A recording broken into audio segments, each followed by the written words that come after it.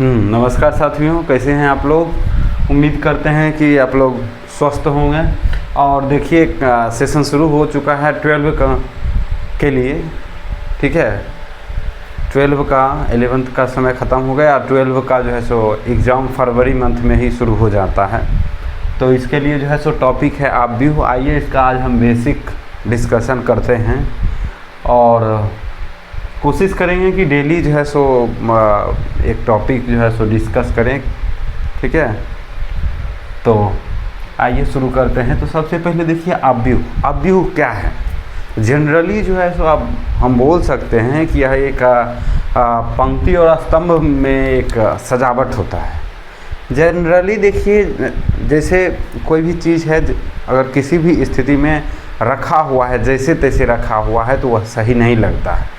वैसी स्थिति में क्या होता है, अगर उसको हम सिस्टमैटिक ढंग से घर में ही अगर किसी सामान को सजा कर रख देते हैं तो अच्छा लगता है। देखिए अवयव को जो है ना हम समझाने के लिए, जैसे मान लीजिए यहाँ पर जो है ना इस तरह से गुच्छा रखा हुआ है,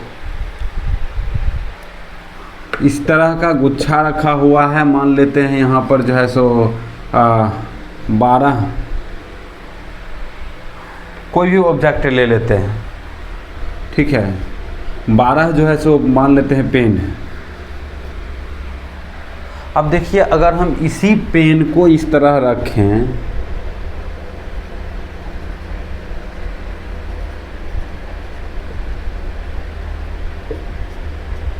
देखिए देखने में कितना अच्छा लग रहा है। देखने में अच्छा लग रहा है, ज़्यादा कुछ करने की ज़रूरत नहीं है। इसको जो है सो एक इधर से काउंट कर लेंगे, एक इधर से काउंट कर लेंगे या सीधा मल्टीप्लाई कर देंगे, निकल जाएगा। क्या ऐसे में निकलेगा? नहीं निकलेगा। तो यही जो है सजावट अवयव कहलाता है, बस और कुछ भी नहीं है इसमें, ठीक है। अब इसमें जो है सो इसको डिनोट करने, सूचित करने के लिए कोई साइन, ये जो ये लिखते हैं, यह एक बॉक्स बनाया गया मतलब इसके आगे एक सारणिक टॉपिक है, उसमें और इसमें डिफरेंस रखने के लिए बॉक्स लगा दिया गया कि अंतर पता चले कि है क्या, ठीक है। नहीं तो जनरली किसी भी साइन की ज़रूरत नहीं थी। अब देखिए ये जो लिखा गया है इसको बोलते हैं रो, मतलब पंक्ति, और इसको बोलते हैं स्तंभ, ठीक है। मतलब ये हो गया पहला स्तंभ, ये दूसरा स्तंभ, ये तीसरा स्तंभ, ये चौथा स्तंभ। पंक्ति हो गया, ये एक पंक्ति, ये दूसरी पंक्ति, ये तीसरी पंक्ति। तो इस तरह से सजा के जब हम लिखते हैं तो यही सजावट अवयव कहलाता है, ठीक है। तो यह जो है ना आयताकार सजावट बोलते हैं। देखिए रो इनटू कॉलम होता है इसका ऑर्डर, ठीक है। तो रो देखिए पंक्ति क्या हुआ, 1 2 3, तो 3 इंटू 4, ये ऑर्डर का हो गया। अब 3/4 में कोई अगर सीट बोलता है तो आयताकार होता है, इसलिए जो है सो उसको आयताकार मैट्रिक्स भी बोलते हैं। अब देखिए समझ में आ गया। जनरली जो है अभी हम सारे मैट्रिक्स के बारे में बताते हैं। A11 A12 A13 A21 A22 A23 A31 A32 A33। तो यहाँ पर देखिए कितना रो है, माने पंक्ति कितना है। पंक्ति है इसमें 3, 1 2 3। स्तंभ कितना है, स्तंभ भी है 1 2 3, इसलिए कितना ऑर्डर इसका हो गया, पंक्ति इंटू स्तंभ कर देंगे, निकल जाएगा ऑर्डर, ठीक है। अब देखिए एक एक करके हम आते हैं, इसका जो है टाइप डिस्कस करते हैं। तो परिभाषा समझ में आ गया। अवयव क्या है, एक सजावट है, कुछ भी नहीं है। इसको डिनोट करने के लिए किसी भी साइन की ज़रूरत नहीं थी, बस अंतर रखने के लिए जो है बड़ी ब्रैकेट का इसमें उपयोग किया गया है। और उसमें डिटर्मिनेंट में जो है सो ये सीधा लकीर होता है, और इसमें इस टाइप का होता है। ये अंतर ध्यान रखना है, बराबर नहीं है। दोनों का मतलब अलग अलग होता है, दोनों का वैल्यू अलग अलग होता है, ठीक है। तो इसमें जो है हम आगे बढ़ते हैं। आगे बढ़ते हैं, कुछ इसका जो है सो बेसिक जानकारी बताते हैं। बेसिक जानकारी में कुछ इसका परिभाषा आ जाता है। यहाँ से लिखते हैं अवयव के प्रकार। अवयव के प्रकार में मान लीजिए पहला बेसिक कुछ बता देते हैं जो यह जानना जरूरी है, जिसको बोलते हैं वर्ग अवयव। ठीक है, तो वैसा अवयव जिसमें पंक्तियों और स्तंभों की संख्या क्या होती है, बराबर होती है। तो पंक्ति और स्तंभ की संख्या बराबर होगा, मतलब m इंटू एन के रूप में लिखा जाता है जनरली। तो m जो है ये कहलाता है पंक्ति और n कहलाता है स्तंभ। तो यहाँ पर क्या हो जाएगा, m n के बराबर हो जाएगा।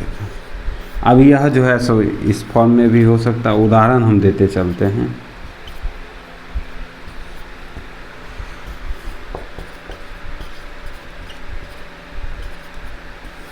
इस तरह से 3/3 ये देखिए बराबर है, ये 2/2 बराबर है।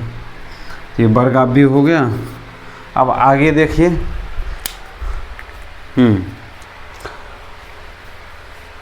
ये सब जो है ना अब प्रारंभिक क्लास है, इसलिए कुछ परिभाषा हम बता रहे हैं जिसको लिख लेना। 8 से 10 परिभाषा है, इसको कॉपी में नोट कर लीजिएगा, उसके बाद समझ में अच्छे से आएगा। तो देखिए ये एक बताए, ऊपर वाला साफ करते जाते हैं। बेसिक जानकारी जो है हम कुछ बता दिए हैं और इसमें हम आगे बढ़ रहे हैं। हॉरिजॉन्टल क्षैतिज मैट्रिक्स, क्षैतिज अवयव। क्षैतिज मतलब हॉरिजॉन्टल मैट्रिक्स। ये वर्ग अवयव मतलब हो गया स्क्वायर मैट्रिक्स, स्क्वायर मैट्रिक्स।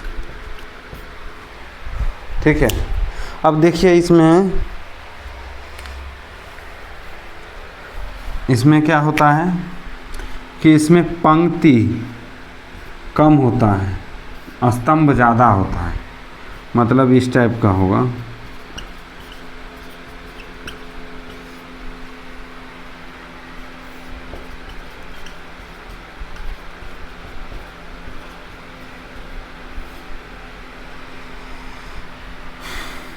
तीन चार का, 2 3 का, इधर वाला अंक ज़्यादा रहेगा। ठीक है, क्षैतिज मतलब गिरा हुआ, जिसमें कॉलम की संख्या क्या होगा, अधिक होगा। आगे आता है,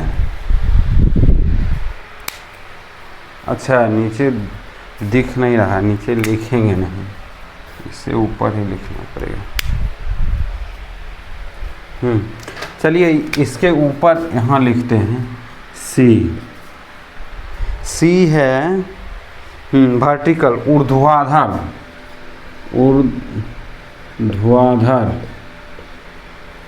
अवयव। हिंदी थोड़ा सा वीक है। Vertical matrix. अब देखिए जिसमें क्या होगा, पंक्ति अधिक होगा। जिस अवयव में पंक्ति अधिक होगा वही कहलाएगा ऊर्ध्वाधर अवयव। इस तरह से देखिए 3/2, देखिए ये अधिक है ना।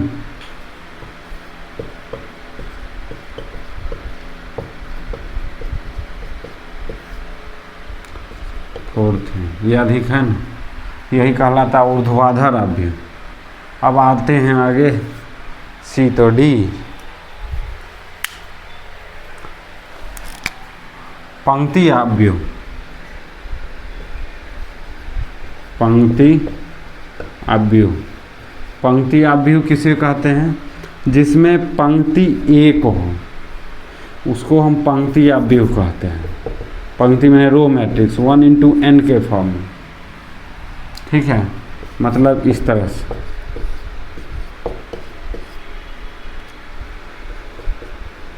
वन इंटू 3, 1/2, एक रो, एक पंक्ति, 3 कॉलम।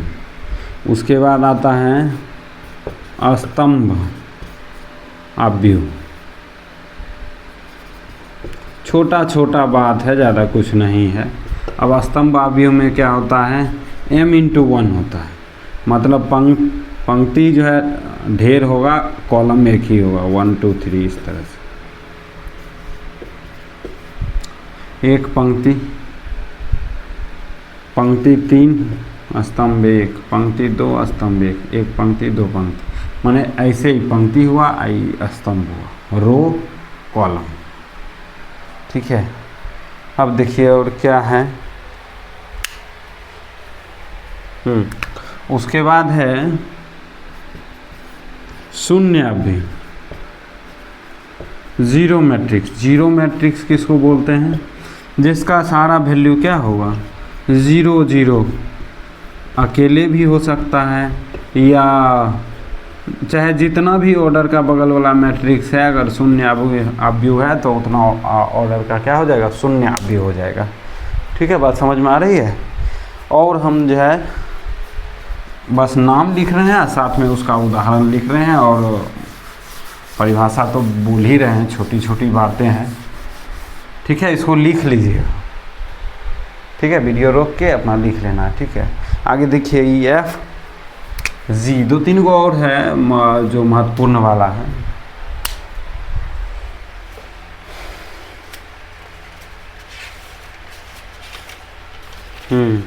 वर्ग आव्यूह तो बता ही दिए। विकर्ण आव्यूह के विकर्ण। अब देखिए आव्यूह का विकर्ण जो है ना,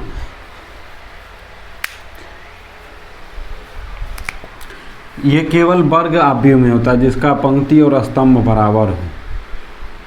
पंक्ति और स्तंभ बराबर हो।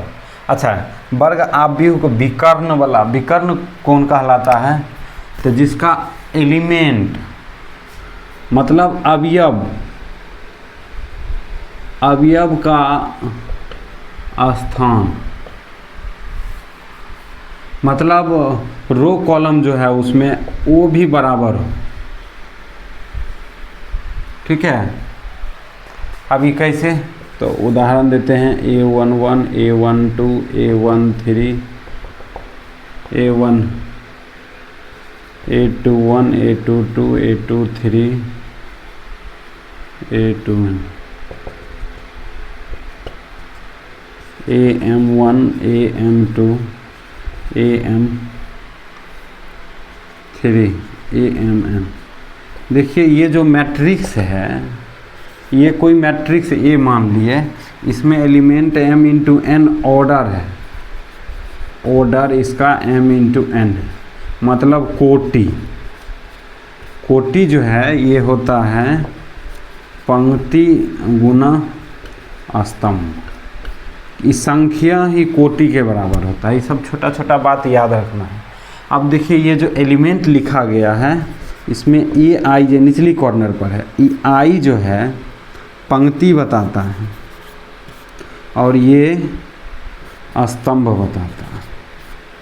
ये अंग्रेजी में रो, इसको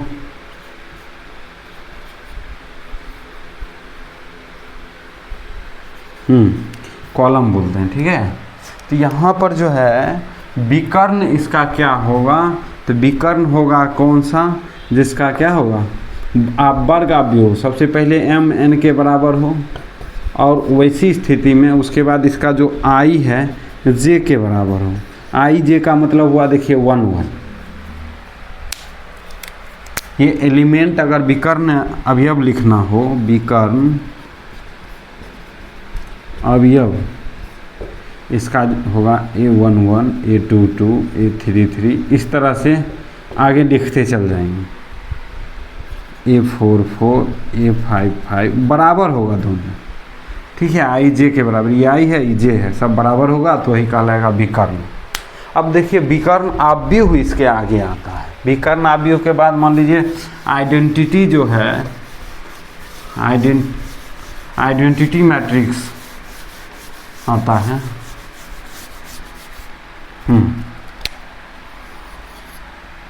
तो हम बोल रहे थे विकर्ण आव्यूह, ये खाली विकर्ण है, विकर्ण आव्यूह। विकर्ण आव्यूह किसे कहेंगे? डायगोनल मैट्रिक्स अंग्रेजी में बोलते हैं।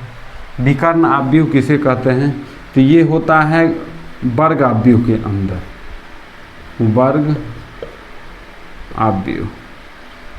वर्ग आव्यूह के अंदर, वर्ग आव्यूह किसको, जिसमें पंक्ति और स्तंभ क्या होता है, बराबर होता है, उसको बोलते हैं वर्ग आव्यूह। वर्ग आव्यूह के अंदर होता है वर्ग आव्यूह में ही होता है विकर्ण आव्यूह।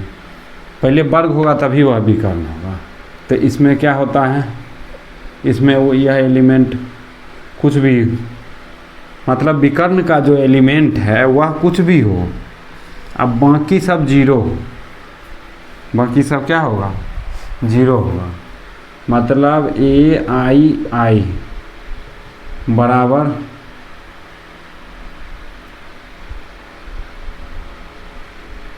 सी है, जीरो के बराबर नहीं हो, aij ये जीरो हो जाएगा। मतलब i not equal to j, i equal to j। अगर ये बराबर है तो ये कांस्टेंट आएगा, नहीं तो ये देखिए, ये वर्ग आव्यूह 2/2 ऑर्डर का हो गया। अथी विकर्ण आव्यूह, वर्ग आव्यूह बोल रहे थे,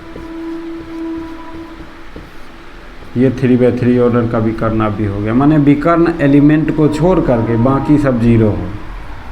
विकर्ण आव्यूह क्या हो रहा है उससे मतलब नहीं है, लेकिन विकर्ण को छोड़ करके बाकी सब जीरो होना चाहिए। आई, अब आयु आता है आइडेंटिटी मैट्रिक्स। एक मिनट, हिंदी में क्या है, तत्समक आव्यूह क्या?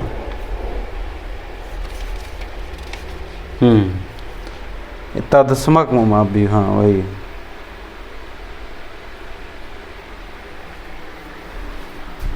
अब देखिए इसके पहले आता है स्केलर अदिश मैट्रिक्स आव्यूह। अदिश आव्यूह,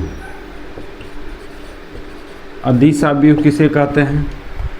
तो यह सबसे पहले वर्ग आव्यूह होगा। वर्ग आव्यूह में जब विकर्णी अवयव का वैल्यू बराबर हो, देखिए वर्ग आव्यूह में विकर्णी अवयव का वैल्यू जब बराबर हो जाता है तो वही कहलाता है अदिश मैट्रिक्स। जब विकर्णी अवयव का वैल्यू बराबर हो जाता है तो वही कहलाता है अदिश आव्यूह। अब देखिए इसके बाद इसका लास्ट बताते हैं, जे तत्समक आव्यूह। देखिए तत्समक आव्यूह को जो है ना आई से इंडिकेट करते हैं। इसमें क्या होता है कि जब डायगोनल आव्यूह में डायगोनल अवयव का वैल्यू 1 के बराबर हो जाए, डायगोनल अवयव का वैल्यू 1 के बराबर आ जाए, जैसे 1 0 0 1, तो ये 1 1 है, ठीक है। ये 2/2 ऑर्डर में, मतलब मैट्रिक्स के ऑर्डर के पर डिपेंड करेगा। 1 0 0 0 1 0 0 0 1, ये 3/3 ऑर्डर का हो गया, ठीक है। तो ये डायगोनल एलिमेंट का वैल्यू क्या हो जाएगा, 1 1 हो जाएगा। तो इसको बोलते हैं I2, इसको बोलते हैं I3, ठीक है। तो इस तरह से यह हो गया तत्समक आव्यूह। आइए थोड़ा सा चर्चा हम कर लें, इसमें हम इसके चैप्टर का, ठीक है। तो इस तरह से हम जो है सो बताए हैं। चलिए 1 मिनट में इसका रिवीजन हम करवा दें। सबसे पहले हम बताए कि मैट्रिक्स होता क्या है। मैट्रिक्स जो है जनरली एक सजावट, जिस तरह घर हो या द्वार हो, कहीं भी हो, कहीं भी भीड़ अगर एकत्रित 100-200 आदमी का जो है खड़ा हो जाता है तो एकदम छिन भिन लगता है। पता नहीं कर पाएंगे कि एग्जैक्ट कितना लोग हैं, लेकिन पंक्ति और स्तंभ में जब वो खड़े हो जाएंगे तो एक ही बार तुरंत बता देंगे। अरे पंक्ति गिनना है और एक पंक्ति में कितना है वो काउंट कर लेना है, उससे पता चल जाएगा कि कितना पंक्ति में पूरे जो व्यक्ति खड़े हैं झुंड में कितने हैं, तुरंत पता चल जाएगा। तो यही सजावट आव्यूह कहलाता है। आव्यूह को जनरली पंक्ति और स्तंभ में व्यक्त किया जाता है, ठीक है। अब देखिए इसमें जो है ये प्लूरल फॉर्म मैट्रिसेस होता है, सिंगुलर मैट्रिक्स बोलते हैं इसको, ठीक है। अब देखिए इसका जो है टाइप था, तो टाइप हम पहला बताए थे वर्ग आव्यूह। वर्ग आव्यूह किसको बोलते हैं? जिसका पंक्ति और स्तंभ दोनों क्या होता है? बराबर होता है, वर्ग आव्यूह कहलाता है। उसके बाद बताए थे, एक मिनट नाम देख लें, हाँ हो हॉरिजॉन्टल मैट्रिक्स, क्षैतिज आव्यूह। क्षैतिज आव्यूह में क्या होता है कि उसका जो है पंक्ति कम हो और स्तंभ क्या हो? अधिक हो। पंक्ति कम हो स्तंभ अधिक हो तो वह कहलाता है क्षैतिज आव्यूह। उसके बाद वर्टिकल बोले थे, वर्टिकल का परिभाषा बताए कि उसका जो है सो पंक्ति अधिक हो लेकिन कॉलम कम, वह कहलाता है वर्टिकल आव्यूह। उसके बाद बोले कि डायगोनल एलिमेंट किसी भी आव्यूह का जो है, उसके पहले बताए थे शून्य आव्यूह। शून्य आव्यूह माने जिसका सारा अवयव शून्य हो वह शून्य आव्यूह कहलाता है। उसके बाद बताए थे कि diagonal element of A matrix, मतलब वर्ग विकर्णीय अवयव किसी भी आव्यूह का, तो वह कहलाता है I = J वाला जो अवयव होता है उसका जो एलिमेंट होगा वही होगा विकर्णी अवयव, ठीक है। यह सिर्फ जो है विकर्णी एलिमेंट निकलता है वर्ग आव्यूह में, जिसका पंक्ति और स्तंभ बराबर हो जिस आव्यूह का, मतलब जिस मैट्रिक्स का। अब देखिए उसके बाद बताए थे अदिश आव्यूह। अदिश आव्यूह माने जिस विकर्ण आव्यूह उसके पहले था। विकर्ण आव्यूह किसको बोलते हैं? तो जिसका डायगोनल एलिमेंट को छोड़ के बाकी सब जीरो हो जाए वह कहलाता है विकर्णी आव्यूह। विकर्णी आव्यूह में अदिश आव्यूह किसको बोलते हैं? जब डायगोनल एलिमेंट का वैल्यू बराबर आवे वह कहलाता है अदिश आव्यूह। अदिश आव्यूह के बाद तत्समक किसको बोलते हैं?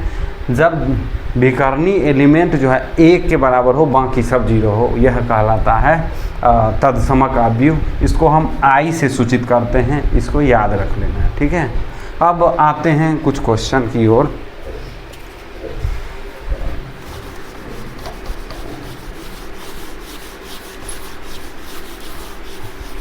आइए थोड़ा बहुत क्वेश्चन देखा जाए।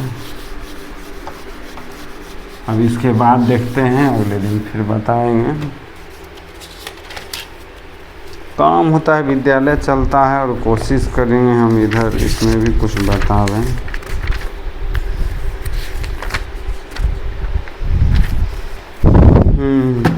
देखिए सबसे पहले जो है आव्यूह का योग तथा घटाव। ये देखिए ये दोनों जो है ना समान कोटि,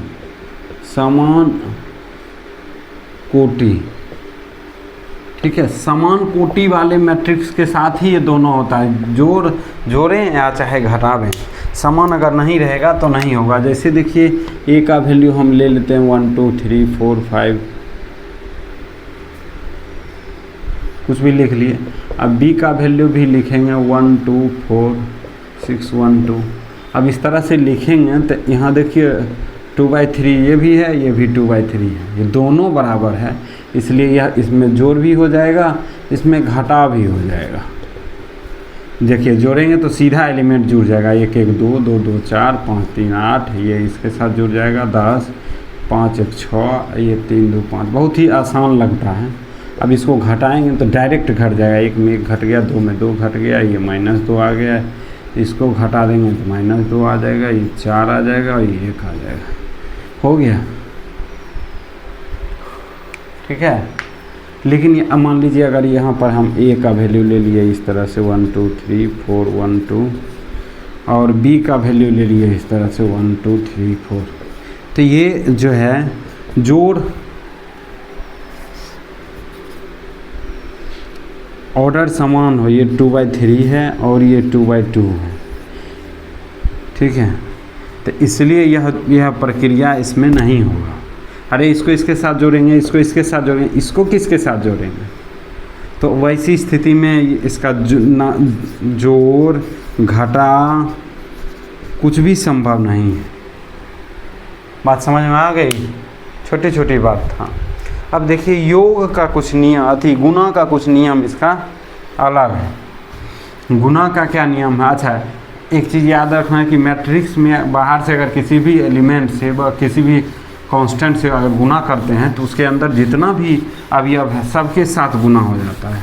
ठीक है, जितना भी एलिमेंट है सबके साथ गुना हो जाता है। जोड़ घटा हो गया, जोड़ घटा बस इतना ही था, ज़्यादा कुछ नहीं है। इसके बाद आता है गुना। गुना मुख्य चीज़ है। गुना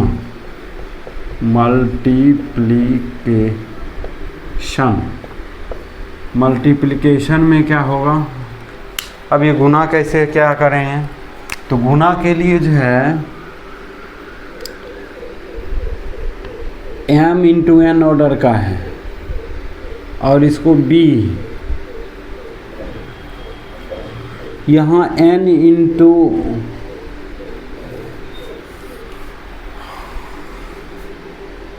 p ऑर्डर का है। तो ये जो है ना ए बी जो आएगा इसका ऑर्डर हो जाएगा m इंटू पी। मतलब ये दोनों समान होना चाहिए।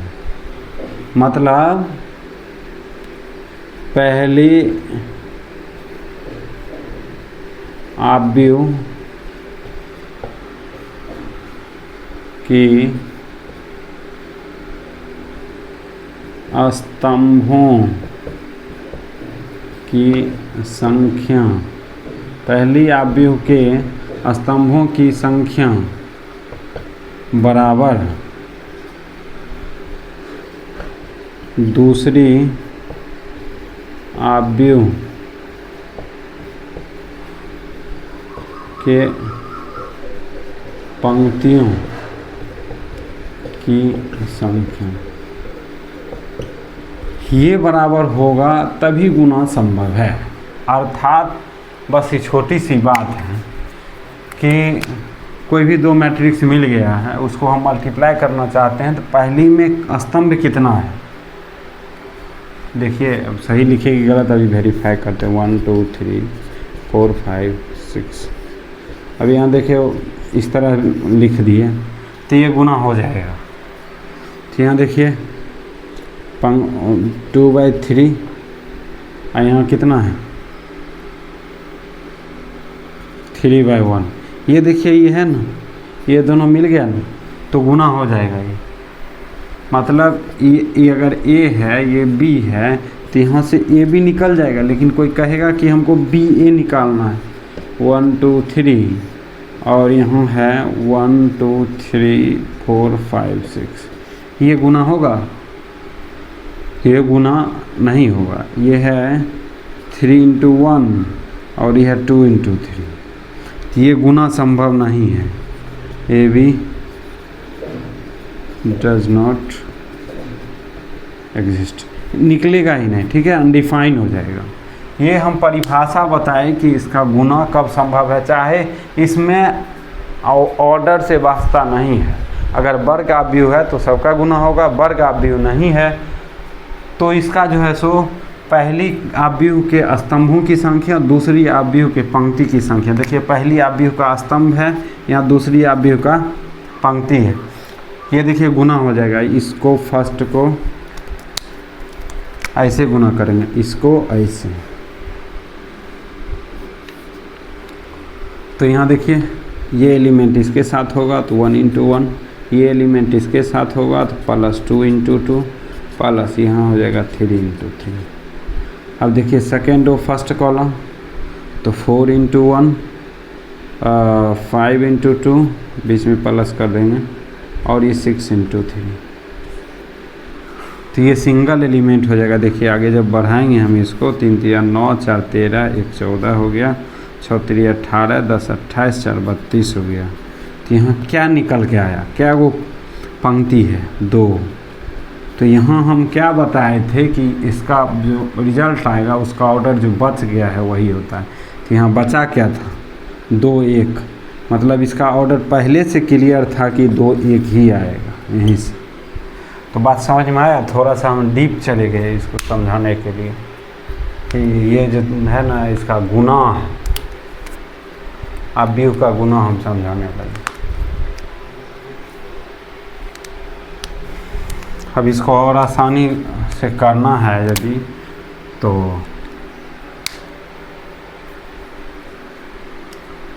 नंबर ABCD लिख करके छोड़ देंगे। जैसे देखिए A1 B1 C1 A2 B2 C2। अब यहाँ लिखेंगे D1 D2 D3। ठीक है। अब इसको अगर गुना करते हैं तो ये होता है A1 D1 B1 D2 और C1 D3। A2 D1 B2 D2 और C3 D3। इस तरह से आ जाता है रिजल्ट। ठीक है। तो अब जो है हम इतना बता दिए हैं, अब रहने देते हैं यहीं तक। अब जो है हमको लगता है बनेगा।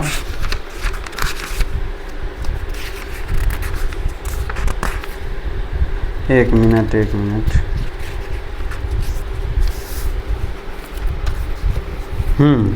कह रहा है पंक्ति स्तंभ बताइए।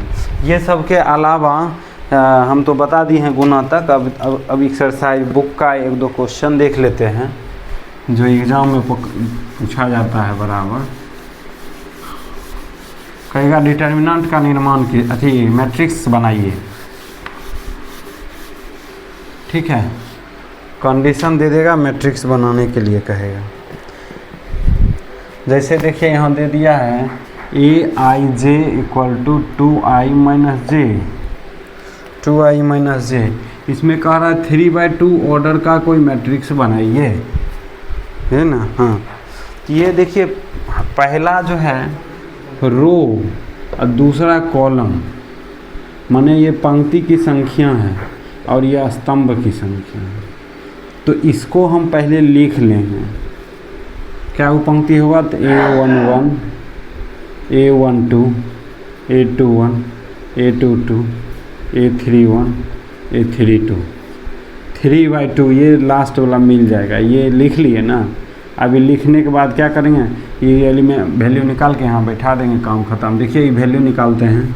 जैसे हम A11 निकालना चाहें तो यहाँ बैठा देंगे 2 × 1 - 1, तो 2 - 1 बराबर 1। A12 I का वैल्यू यहाँ क्या बैठा रहे हैं 1, J का वैल्यू 2, तो -2 - 2 बराबर 0। A22 तो 2 × I का वैल्यू 2 - 1, तो 4 - 1 बराबर 3। A22 2 × 2 - 2 4 - 2 बराबर 2। A31 I का वैल्यू यहाँ 3 डालेंगे तो यहाँ 6 - 1 ये 5 हो जाएगा। A32 I का वैल्यू यहाँ 3 डालेंगे तो 6 - 2 बराबर 4। तो इस तरह से वैल्यू निकल गया। वैल्यू यहाँ पर सीधा बैठा देंगे। अब बैठाएंगे तो देखिए क्या होगा 1 1 2 का वैल्यू 0 माने 3, यहाँ 2 5 और 4। ये हो गया हमारा 3/2 ऑर्डर का क्या मैट्रिक्स का निर्माण करना। तो ये आंसर हो जाएगा। ठीक है। तो इस तरह से आप जो है अभी यहाँ तक हम बताए हैं। अब अगले दिन होगा तो कुछ क्वेश्चन देख लेंगे। और ये जो हम उदाहरण लिए हैं, समझाए हैं, मतलब फर्स्ट डे भी जिनका भी है मैट्रिक्स का अगर क्लास, तो उनको भी ये चीज़ समझ में अच्छे से आएगा। बाकी जो है सो अब आने वाले वीडियो में हम बताएंगे। तब तक यहीं तक रहने देते हैं। वीडियो अच्छा लगे तो अपने दोस्तों के साथ शेयर कीजिए, वीडियो को लाइक कीजिए, चैनल को सब्सक्राइब कीजिए और इंतज़ार कीजिए। तब तक के लिए धन्यवाद।